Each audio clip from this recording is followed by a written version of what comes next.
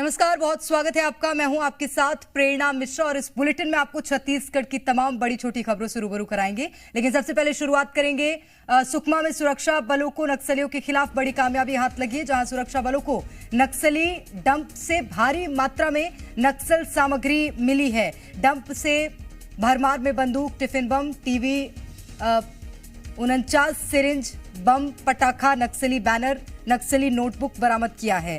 तो ये तस्वीरें आप देखिए नक्सल सामग्री की, और ये तमाम सामग्रियां सुरक्षा बलों ने बरामद की है। तो नक्सलियों ने डंप की थी ये सामग्री, जिसको सुरक्षा बलों ने जब्त कर लिया है। अब तो ये सुकमा से बड़ी खबर आपको बता रहे, सफलता सुरक्षा बलों के हाथ लगी। दरअसल नक्सली अपनी लोकेशन चेंज करते हैं, तो इस तरह से नक्सल सामग्रियों को डंप कर देते हैं अलग अलग स्थानों पर, और उन्हीं डंप सामग्रियों को यहां पर सुरक्षा बलों ने बरामद किया है। तो ये सुकमा से आपको बड़ी खबर बता रहे हैं। भरमार बंदूक, टिफिन बम, टीवी, तमाम ऐसी चीजें जो कि नक्सल सामग्री थी, जिसको कि सुरक्षा बलों ने बरामद किया है।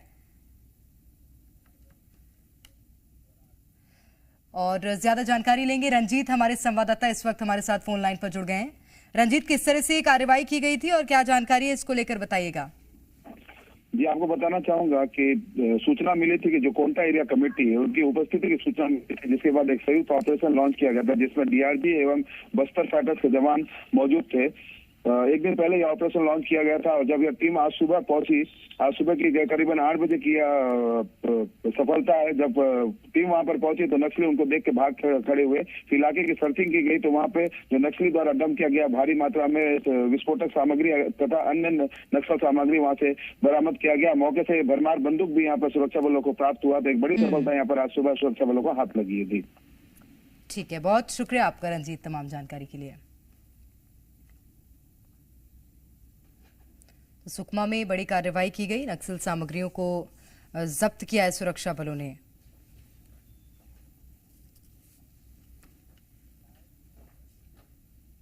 और वहीं कवर्धा में आबकारी विभाग की टीम ने नशे के खिलाफ बड़ी कार्रवाई की है। आबकारी विभाग की टीम ने मुखबिर की सूचना पर 63 किलो गांजा जब्त किया है, जिसकी कीमत 16,64,000 रुपए बताई गई है। वहीं एक तस्कर को गिरफ्तार किया गया है। इसके साथ ही तस्कर की कार को भी जब्त किया गया है।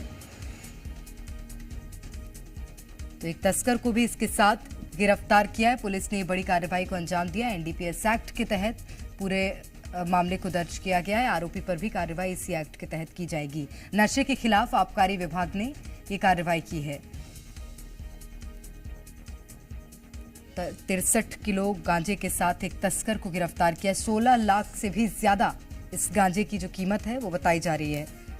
तो अब एनडीपीएस एक्ट के तहत मामला दर्ज कर लिया है पुलिस ने, आगे कार्रवाई में जुट गई। आरोपी से पूछताछ भी की जाएगी, और क्या किसी गिरोह के साथ ये काम कर रहा है आरोपी, इन तमाम पहलुओं पर अब पुलिस आगे जांच पड़ताल करेगी।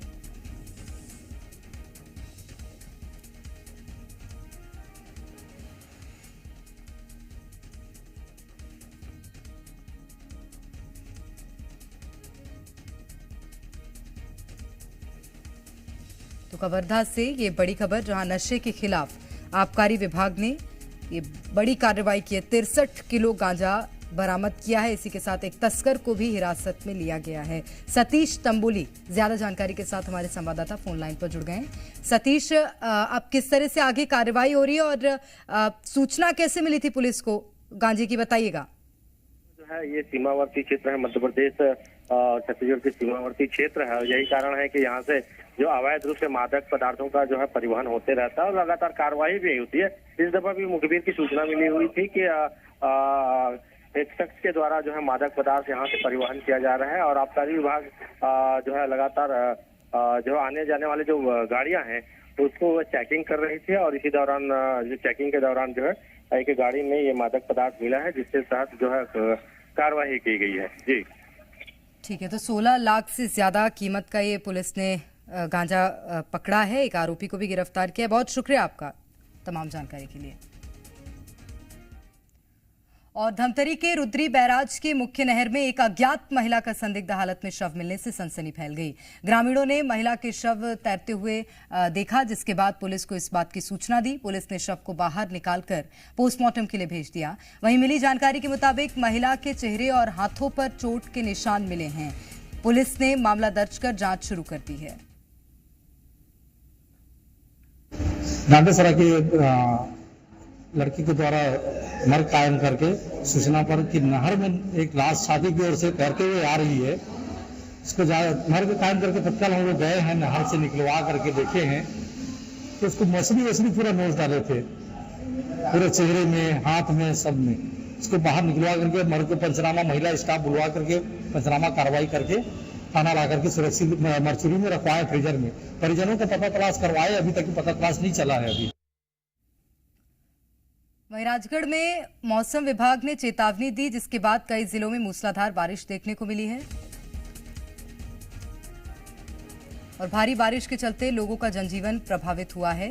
वहीं बारिश के चलते मोहनपुरा डैम में भी जलस्तर बढ़ा है, जिसके चलते डैम के 6 गेट खोले गए हैं। किसानों की फसलें जलमग्न हो गई, जिसके चलते किसानों की फसल पूरी तरह से चौपट हो गई है।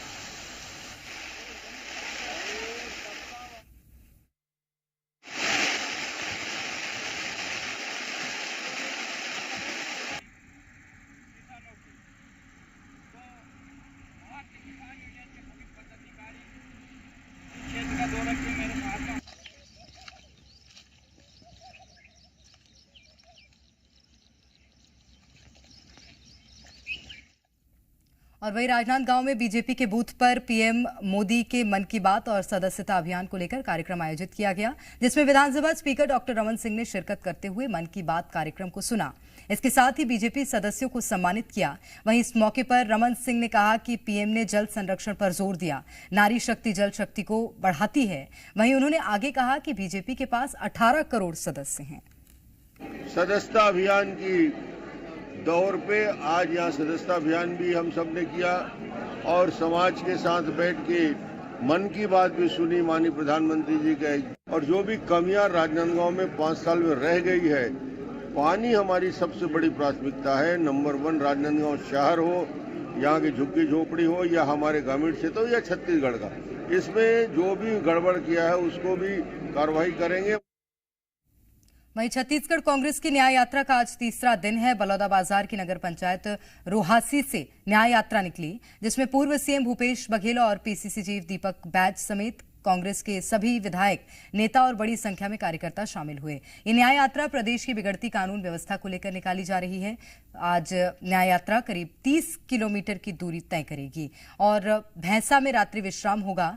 न्याय यात्रा 27 सितंबर से गिरौदपुरी से शुरू हुई और 2 अक्टूबर को रायपुर पहुंचेगी।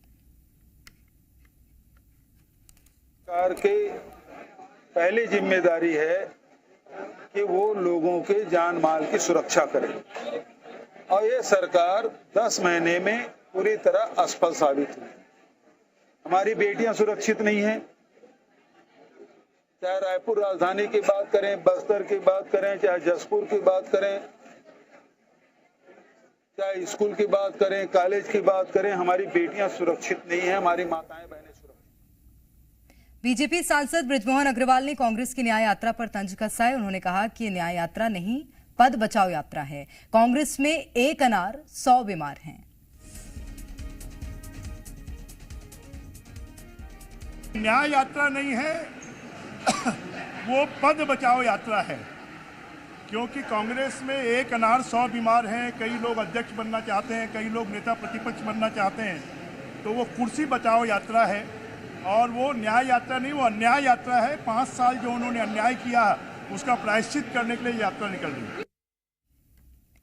और दुर्ग सांसद विजय बघेल ने पूर्व सीएम भूपेश बघेल के बेटे से पुलिस पूछताछ मामले में बयान दिया है। उन्होंने कहा कि प्रोफेसर मारपीट मामले में पुलिस को सुराग मिला है, जिसके आधार पर पुलिस पूछताछ कर रही है। भूपेश बघेल पहले अपने गिरेबां पर झांक कर देखें, अपराध नहीं किया तो घबराने की क्या बात। कोई परिवार के विरुद्ध में कोई कार्रवाई नहीं करती, खुद अपने गिरेबां में झांक के देखे भूपेश बघेल।